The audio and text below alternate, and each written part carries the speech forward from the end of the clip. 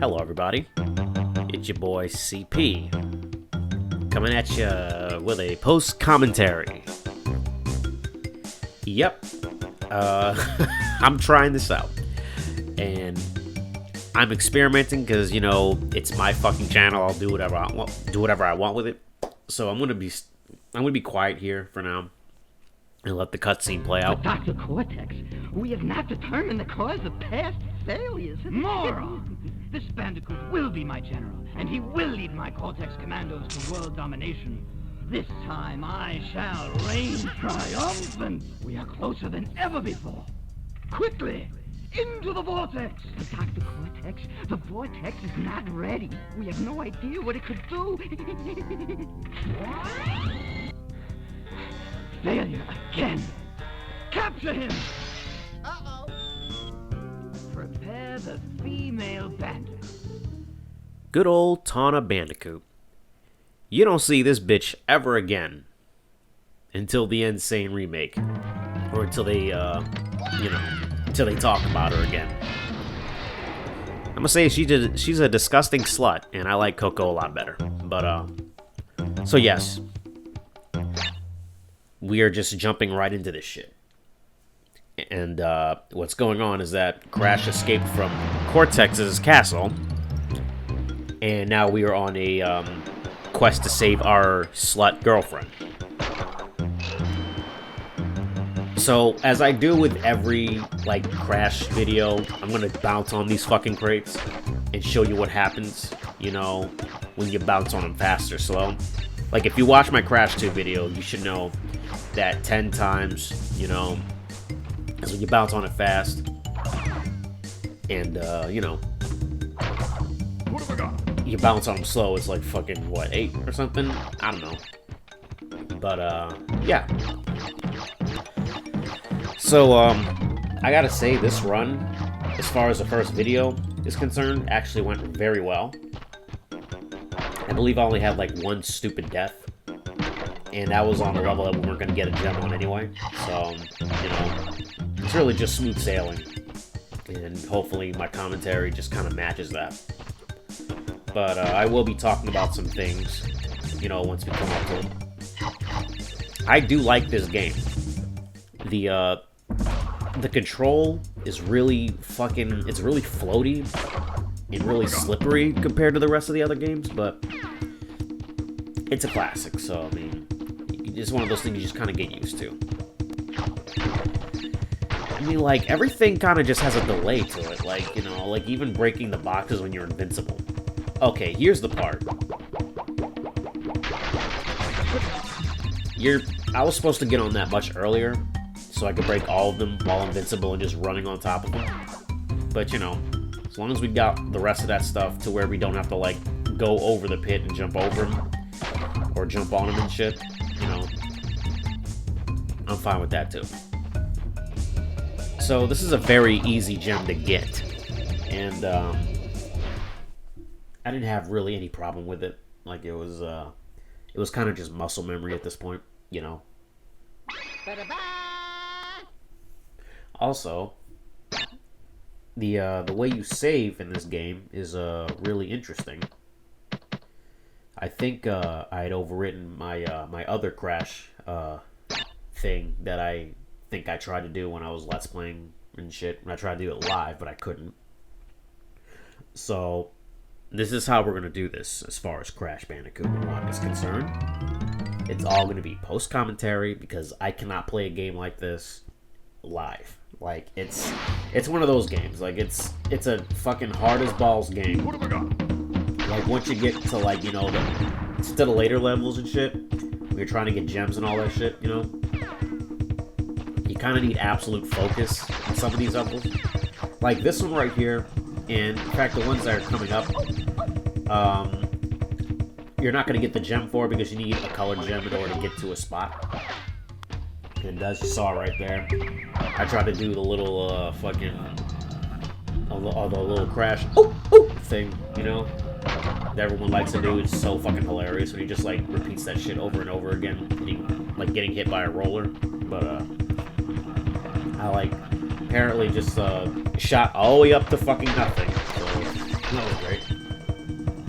So you saw right there, you saw a little faint gem, that faint little like green gem thing disappearing. We need that because it's gonna be a platform once we get the gem, and it can go up and get those boxes that are up there.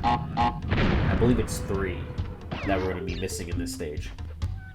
But you know, not too worried about it because when you start the game out, you're gonna be having a lot of these stages where you're just gonna be missing boxes left and right. Like, we're not gonna get our first color gem until like the second world, or the second island even. That's what I need to say. Alright, so these bonus stages are very interesting in the sense that you don't have to break all the boxes in these stages. Like, they don't really count toward the box counts in the level, thankfully. Now, I'm breaking them because, you know, muscle memory tells me I have to break them. But I don't. This is also how you save the game regularly. I am not kidding. This is some archaic fucking bullshit.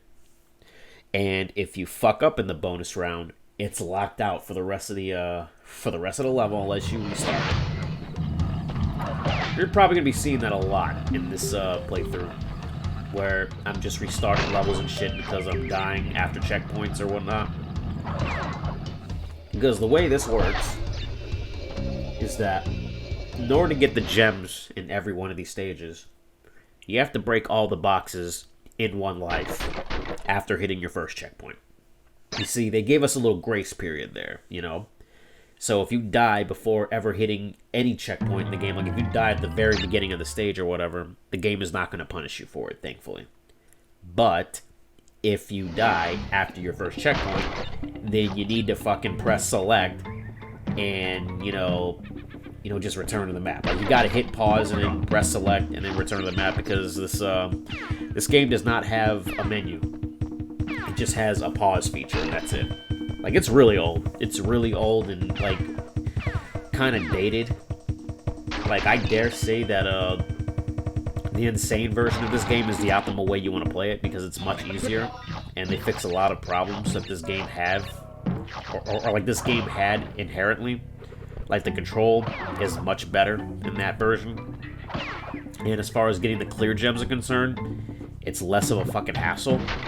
Like, like they dialed the difficulty down from 3 a.m. Night Fever or whatever. So yeah, I'm kind of just going through the motions here. You know, this is shit that I've done before, shit that I've seen other people do before. So, you know,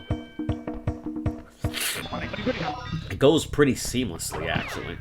I'm surprised. Didn't know I had it in me. Like, I don't know how the fuck I'm starting so well on the hardest Crash Bandicoot game, as far as the OG trilogy is concerned.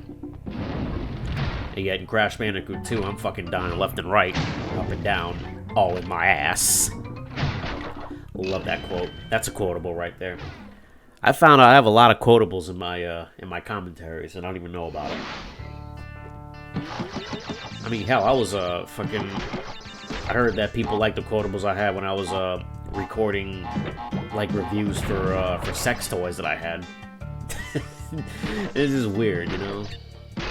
So, I almost died there, because I kind of misjudged the boxes, but, you know, I was able to, you know, keep myself there. And as you see, this game is throwing a fuck ton of lives at us. Even though the levels right now seem to be very simple and, you know, easy as far as just getting from beginning to end. Because there are no crystals you need to worry about here. It's just beginning to end. And, you know, getting all the boxes to get the gem. So this is another one we're not going to get the gem on here.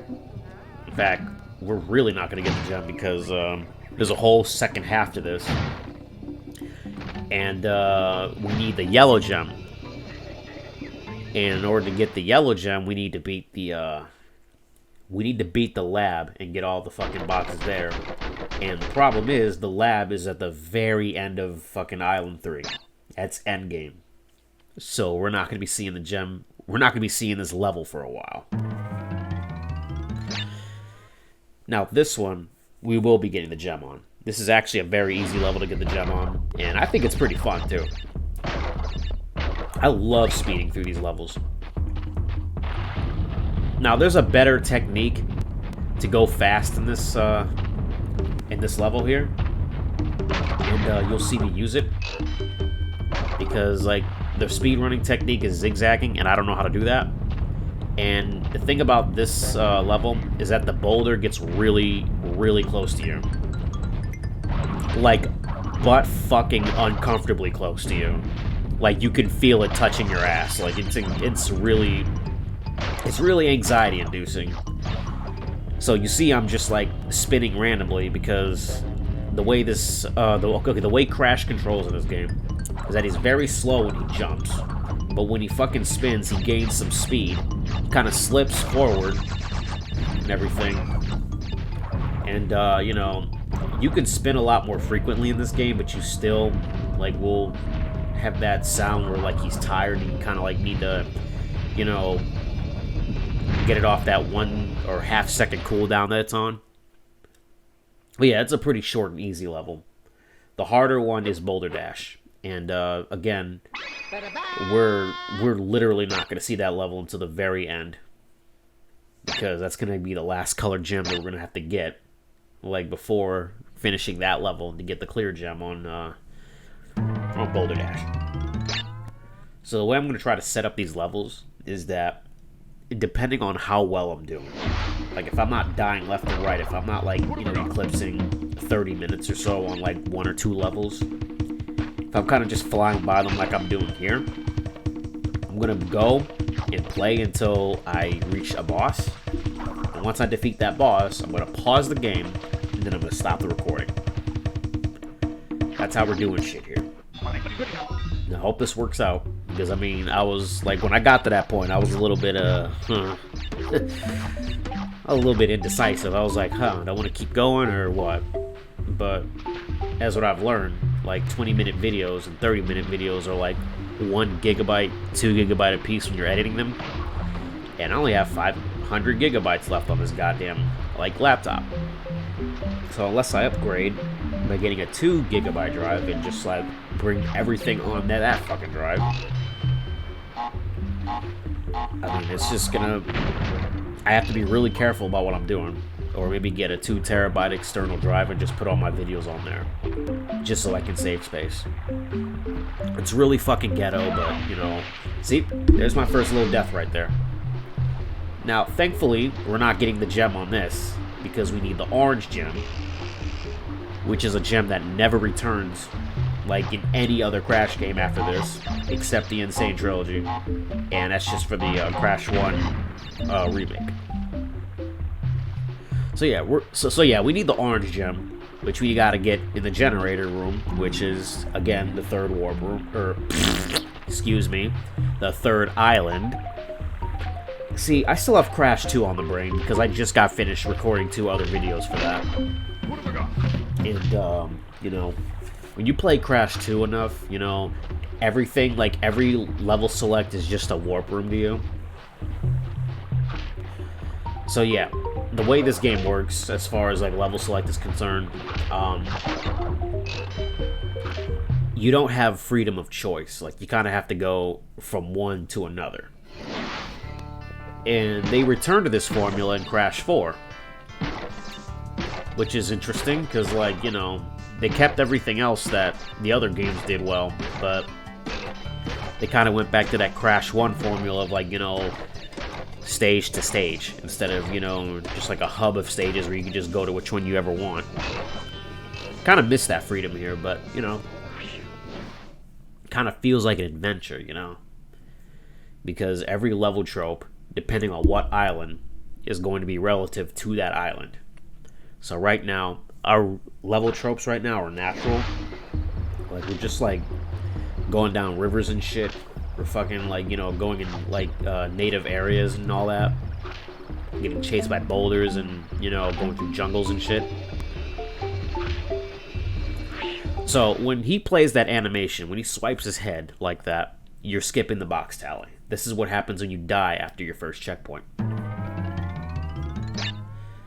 So, here's our boss, Papu, aka the biggest fucking pushover in Crash history. Like, actually much of a bigger pushover than the Komodo brothers. And I'm not even gonna make a joke here. Like, it's just like if you get hit by this guy once, man, I feel for you. You either weren't paying attention at all, or you truly fucking suck. And no, I'm not gonna apologize for saying that. You should never have trouble with this boss, ever. Like, I can understand, like, dying once in that point of the crate bridge in the Insanity Beach, but no.